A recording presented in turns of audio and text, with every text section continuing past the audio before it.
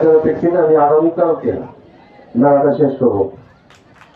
তো আপনাদের সকলকে এই মেলার এই আয়োজনের সাথে যারা প্রত্যক্ষ এবং পরোক্ষভাবে জড়িত ছিলেন সবাইকে আন্তরিকভাবে ধন্যবাদ জানাই।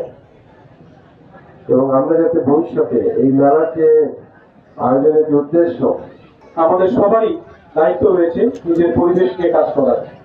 আমি আহ্বান জানাবো, এখানে আমাদের ভবিষ্যৎ প্রজন্ম, আমাদের শিক্ষার্থীরা আছে। আমরা যদি আমরা প্রত্যেকেই যদি আমাদের বাসার বাড়ির আঙিনায় অথবা আমাদের খোলা জায়গায় একটি করে গাছ লাগাই। এখানে যদি দিনাজপুর জেলায় প্রায় 34 লক্ষ মানুষের বসবাস, আমরা যদি দিনাজপুর জেলা শুরু করি, আমরা একসাথে 34 লক্ষ বৃক্ষরোপণ করতে পারি। এইভাবে আমরা আমাদের পরিবেশকে এগিয়ে নিয়ে যাবো, পরিবেশের ভারসাম্য রক্ষা করব। সেই সাথে সাথে আমাদের যে বনভূমির চাহিদা, এই চাহিদা পূরণে আমরা কাজ করব। আমাদের জন্য বড় সংখ্যার বিষয়।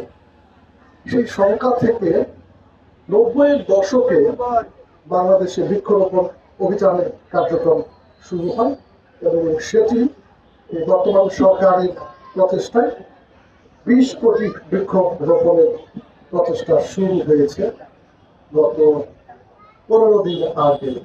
আমরা সেই ধারাবাহিকতা দিনাজপুর জেলা পুলিশে আমরা 10,000 বৃক্ষ রোপণ করতে যাচ্ছি।